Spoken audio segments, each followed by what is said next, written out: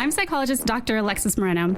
I've examined how our thoughts and emotions impact our physical body in health psychology research, and I've provided cognitive behavioral therapy to kids, teens, and adults struggling with anxiety disorders. In today's show, I'm partnering up with licensed psychologist and my former office mate from St. Elizabeth's Hospital, Dr. Alicia Hodge, to talk more about everything anxiety and coping. Dr. Alicia has extensive training and certifications that establish her as an expert on anxiety, perfectionism, and self-care.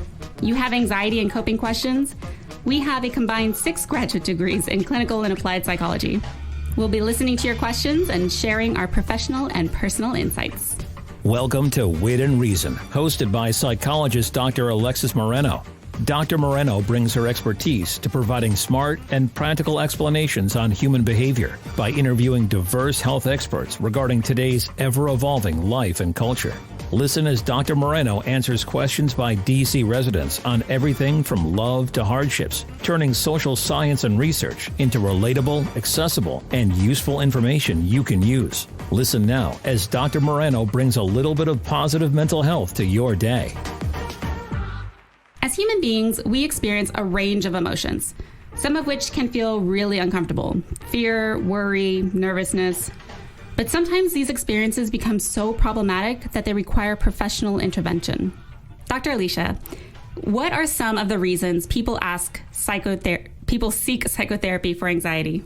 Well, I find that people often reach out to me when they become really consumed by worry most of the day. So as you know, we all worry, but usually someone's calling me when they feel that they have difficulty concentrating, the worries are getting in the way of their daily activities. And also if they've experienced feelings of panic, so there's sort of those extreme bodily sensations like feeling as if you're choking or maybe having a heart attack. And really, most of the time when someone calls me, they're saying something just feels really wrong and I'm not able to work it out on my own.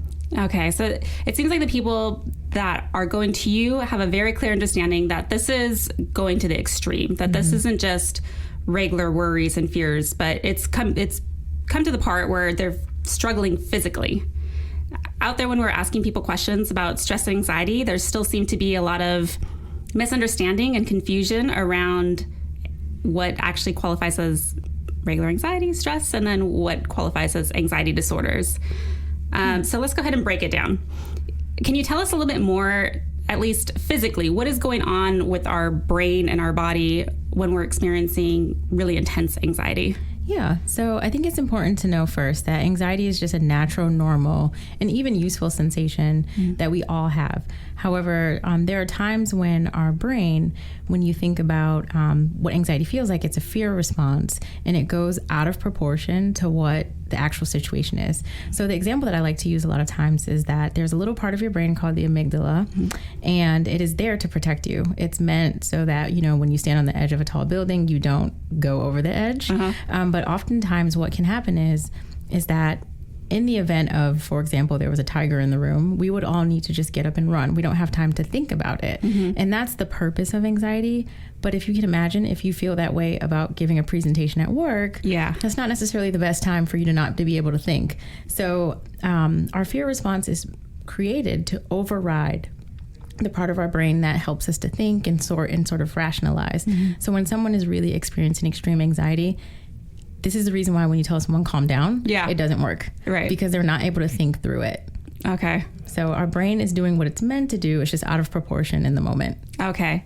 And then are there differences between someone who experiences kind of very like basic normal levels of anxiety versus people who experience really intense anxiety to the point where they can no longer function? Yeah, certainly. Because as I mentioned, it's helpful for us to feel anxious, right? Yeah. Like those times when you're like, oh shoot, I need to send an email, or I forgot to do something today. That's anxiety sort of reminding you like, hey, there's something that's going on that we need to pay attention to and get moving on. Right. But what happens when it's more extreme is that you often go to the point of feeling paralyzed by it. So you may not answer your phone when you need to. You may not want to go to work or leave the house when in fact it's important for you to do so.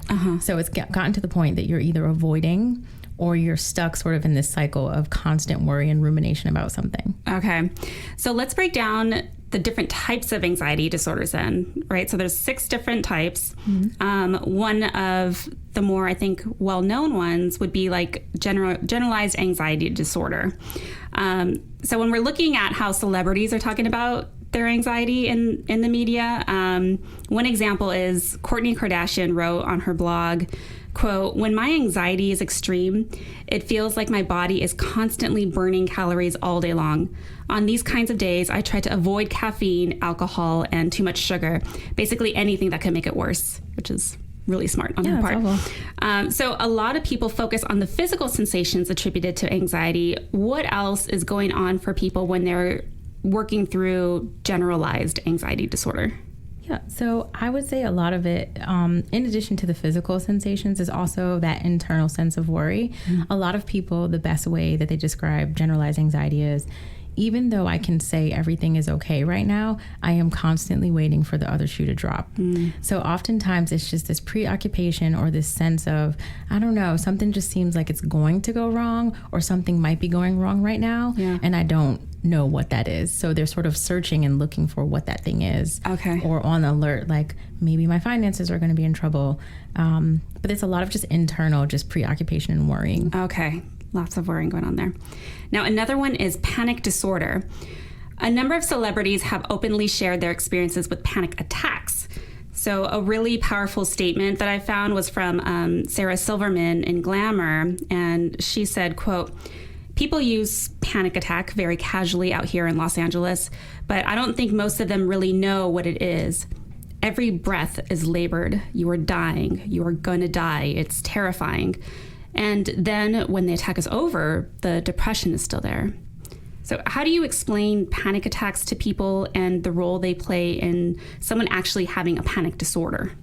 Yeah, I kind of agree with her in the sense that people do use panic attack really casually. Yeah. When I think they're just sharing, I'm really anxious.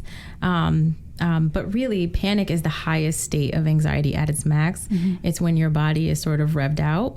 And I let people know that it can only last no more than 10 minutes, which feels like a lifetime when it's happening. It's a really awful experience. But what can happen is when someone has that, they become very fearful of having it again. So that will lead them to do things like avoid certain places and situations that maybe remind them of the past panic attack, or where they think they may have another one. Because as you can imagine, if you feel like you're dying, that's not really something that you take lightly, and you sort of become really fixated on it. Yeah, I've had patients in the past that were so concerned about their panic attacks happening that they would avoid driving because they wouldn't want a panic attack to happen while they're driving. Exactly. Or they would just stay local to a hospital because they were anxious about when is it going to happen again, and they wanted to be nearby so they could get emergency care. Exactly. And that's what we're meaning when we say disorder. It's gotten to the level where it's really impacting your daily life and your ability to do things. So you can imagine it would be much difficult for you if you're like, I can't leave the house, I can't be away from a hospital because the next time this happens, I may need it. Right. And then it impacts their like ability to go to school or work. Right. Exactly.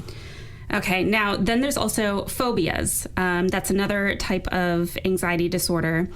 I don't know if you knew this, but apparently for decades, Whoopi Goldberg traveled via private bus from New York to Los Angeles because she was so scared of flying.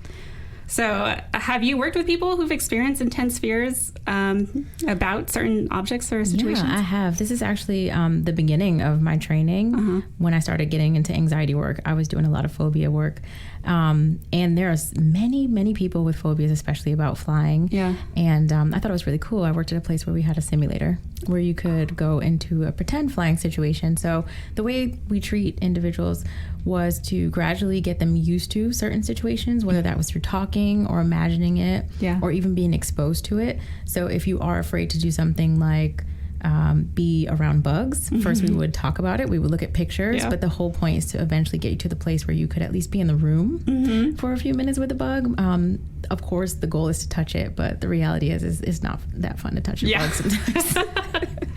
So have you had to bring bugs into your office? Or? I have. Yeah. My one agreement with my clients though is that I will not ask you to do anything that I won't do. Right. So there were things situations that we had to agree on, like, okay, that's fine. You know, I'm not going to put my hand in the toilet if you don't want to. But ultimately, let's kind of go look at it and touch it. Yeah, so exposure is definitely the goal. Yes. Right. I think that's the key, really. Yeah. I find that it's very scary, but it gets you to the place where you need to be. Okay.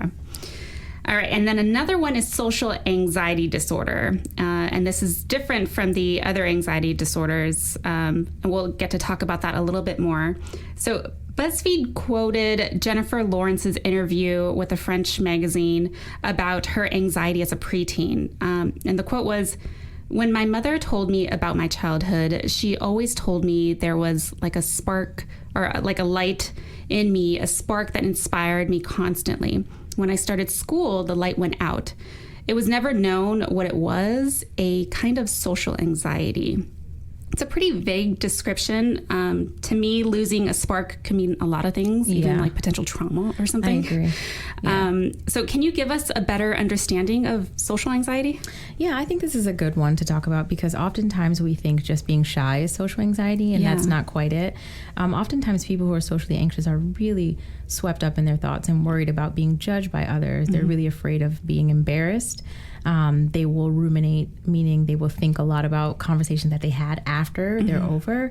And it really leads to a lot of avoidance of social situations. So oftentimes people are really afraid to just meet new people, even in one-on-one situations. It's not just groups and crowds.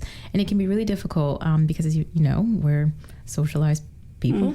So I would say that I understand what she's getting at, and it may be her experience, but oftentimes it's really about that fear of judgment and being embarrassed and watched and observed that people really have a hard time with and they struggle. Yeah. And what was tricky for me about this quote was that it was around the preteen age, right? So it's pretty much part of their normal developmental process as preteens and teenagers to have that spotlight effect, thinking that everyone's watching you. So it would be important that if someone's experiencing that kind of change around that age, to really talk to a professional to kind of hash out, is this a normal part of their development or actual full-blown social anxiety disorder? Okay, and then we have obsessive compulsive disorder, also known as OCD. Now, Howard Stern described in his book, Miss America, how he could not turn on the car radio without tapping the dial a certain number of times with his right hand. So he said, "The rituals were my distraction. When I was in college and nervous about entering the world of broadcasting and earning a living, the pressure was enormous. As a defense mechanism, my brain had set up an elaborate maze of rituals that kept me from confronting my fear." So what do you think about that description of OCD? I think he's definitely speaking of some sort of anxious or nervous ritual. The one thing that I would comment on is that oftentimes in OCD, someone has, as you take the word apart, an obsession, which is a thought or concern about something, and the compulsion is a behavior they do in response to that thought. So if anything, the compulsion is actually reducing anxiety, and it's helping you deal with the fear. So oftentimes, of course, the typical OCD description is about cleaning. So in that case, someone would be obsessed with germs and have a concern about being contaminated. So they would compulsively clean to reduce that fear of, I am going to get contaminated by germs. But it can also show up in many ways. For example, like tapping. It can be totally unrelated. Someone might think, my parents might die, so I'm going to flick the light switch 4 times just to deal with that. So it can be really interesting to work with because sometimes the obsession and compulsion seem related and sometimes they're absolutely unrelated. Okay. Let's see. And that's something that you work with your clients too? That is definitely something that I treat and see a lot of. And it's actually similar to the phobias. It's exposure work. Right.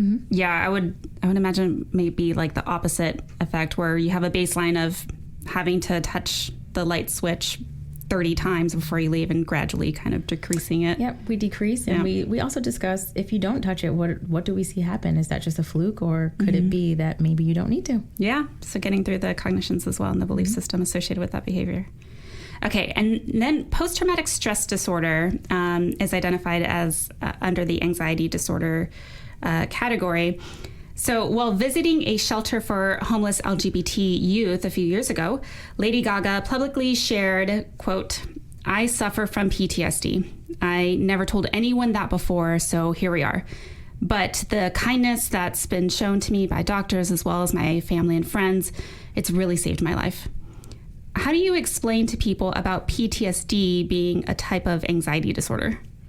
Yeah, I would say, going back to what I was discussing before, that anxiety is based in a fear response. So usually if someone is experiencing PTSD, they have gone through or witnessed something that has made them fearful of their own life or someone else's life close to them.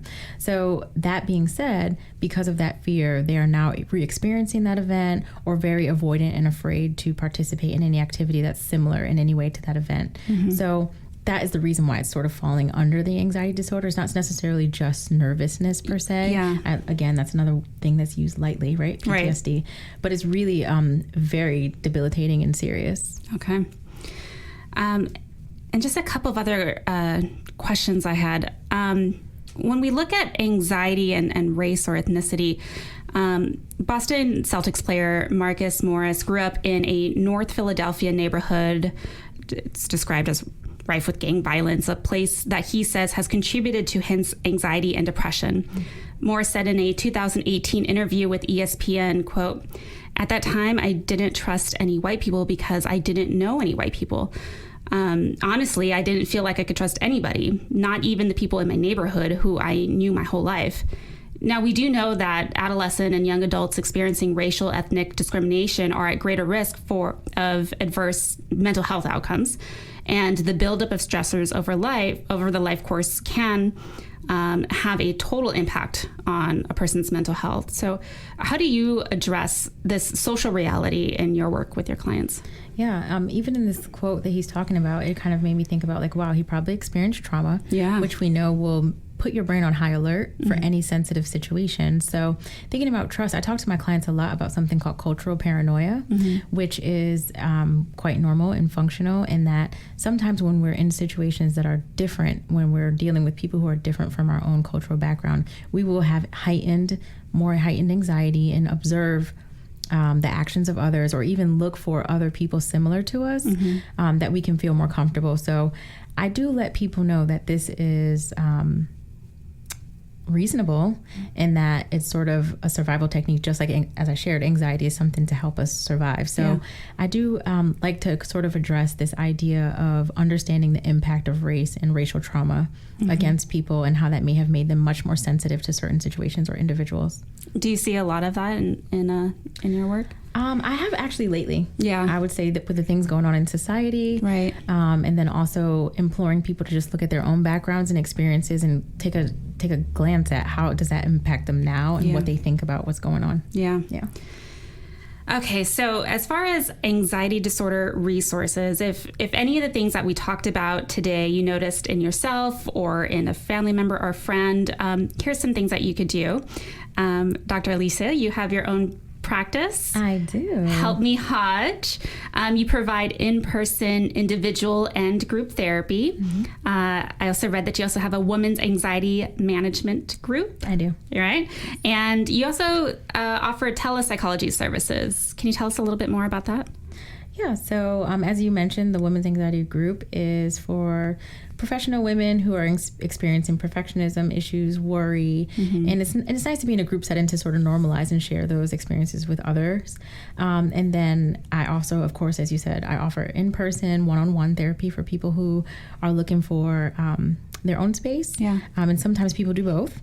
But then also telepsychology is sort of, people like to call it Skype therapy. I just like to be clear, it's not Skype. Yeah. Because Skype is not encrypted. Yeah. But, it needs to be HIPAA compliant. Yes. Okay. But it is similar. Okay. So people talk to me over the computer, which is great in this area because, as you know, the traffic is really unbelievable at times. So it allows people to... a lot of stress, yeah. Yeah. It allows people to have the opportunity to see me without having to travel. And that's like a video session. Yep. Okay, cool.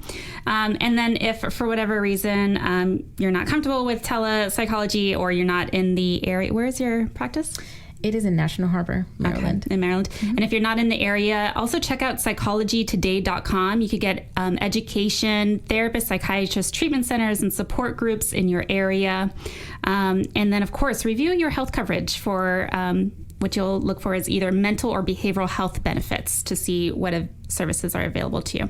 All right, so now that we have a solid understanding about anxiety, let's get to people's more specific questions about stress and anxiety. To what degree do we allow discussion of stress and anxiety to exacerbate any problems therein associated with them? Okay, so this question seems like he was asking, is talking more about anxiety just raising more problems, basically?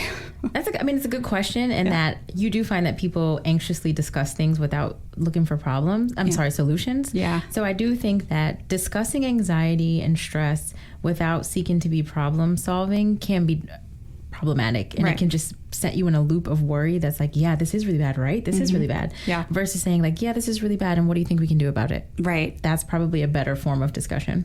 So it depends on, how you manage the conversation as well. Correct. And then when I was thinking about that too, to me, it just kind of demonstrated like a misunderstanding of anxiety disorders, because it's not necessarily just changing your thinking, but in many cases it could be, brain functioning, and a chemical imbalance. And that's something even more out of your control. So just talking about it doesn't necessarily like make it worse. Make you have an anxiety disorder. And I think it's also important to know that it's okay to acknowledge your emotions. Yeah. And to say like, I'm pretty stressed out right now, and not have people say like, don't think about it. Right. That's never helped. No. Okay, let's take a listen to another question we had from somebody.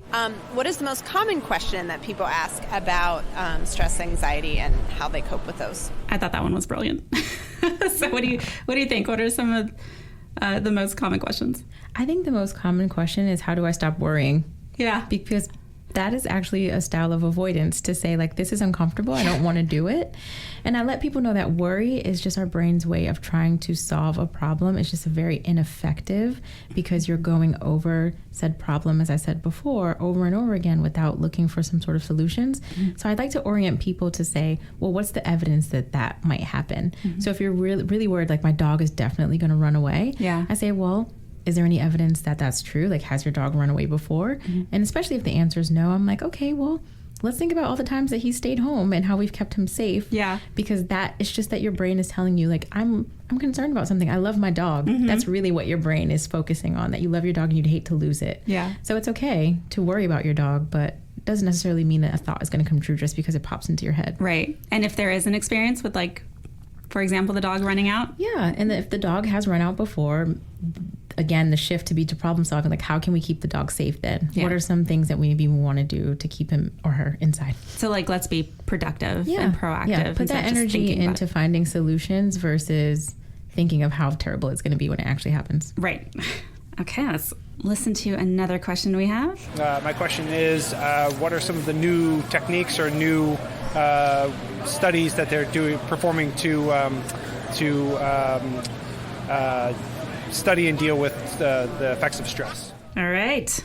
Yes. Dr. Alicia. I do my best to stay up to date. And the interesting thing that I'm noticing is that some of these things are not new. They're just re-emphasized. So something like mindfulness is great in managing stress. But I also find that something recently that I've been suggesting to my clients is a YouTube track that was created by some sound or audiologists, audio therapists, and it's by it's called Weightless. Okay. And they found in studies that after people listen to this track for about 10 minutes, their anxiety reduced about 68%. Oh my gosh. So on YouTube, it's there's a 10-minute version, but there's also like a 5-hour version that you can literally just play in the background. And it actually worked. I fell asleep the first time. Really? Oh my gosh, I'm going to listen to it. So I think it works. Okay. I recommend it. We'll have that on our website too at witandreason.com, so you could don't listen to it while you're driving. Oh, good point. Good point. Is it so? Why do I always look to eat in order to cope with stress or anxiety? Yeah, well, I doubt that she's alone in that. Yeah, I was like, I can totally relate. Yes, I find that eating is something comforting for us. Oftentimes we go for foods that either will literally inspire like feel-good chemicals, so to speak, in our bodies to say, like, I'm stressed out, I just want to eat this piece of cake. Or oftentimes it's just a way for us to cope. So I think she sort of gave the answer in the question, like, you're looking to cope. Yeah. And if you find that it's in excess, then of course you want to look for other things like maybe physical exercise or just deep breathing. But it's pretty natural and normal, I think, for us to sort of eat something comforting, right? Just for a quick fix. Yeah. And so maybe the answer is then to watch what you're eating. So yes. I had a medical doctor who was telling me how he deals with stress, and he said that he would either chew gum throughout the day or chew hard vegetables like carrots or celery sticks, because it's letting out that kind of like aggression or that tension that you might have like in your jaw and body.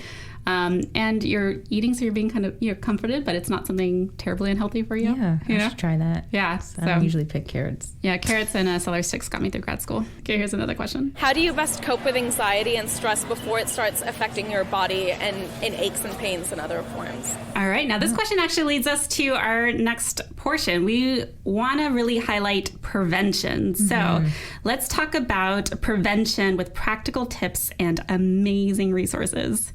I have a few in mind. Do you have any that you want to? Based on that question, I definitely am thinking about physical exercise, because in some ways that physical tension, that body aches, etc., that's where it's coming from. You kind of tensing up all day progressively and getting to a place where your body is holding all of the anxiety versus you maybe recognizing it. Yes. When I'm really stressed out, I have to get a run in, even though I hate running. So for the exercise piece, you want to get about 20 to 30 minutes of exercise every day. I actually like using the MindBody app because it shows you different opportunities for exercising. So it could be either yoga, or I just did a boxing class this past weekend, and I found that through the MindBody app because it shows you different things that are available in your area. Also, I would recommend recreational leagues. So in DC, we have DC Fray or Volo, and those are adult fun social sports leagues. So you get in the social stuff, which is really good for us, and then you get in the exercise as well.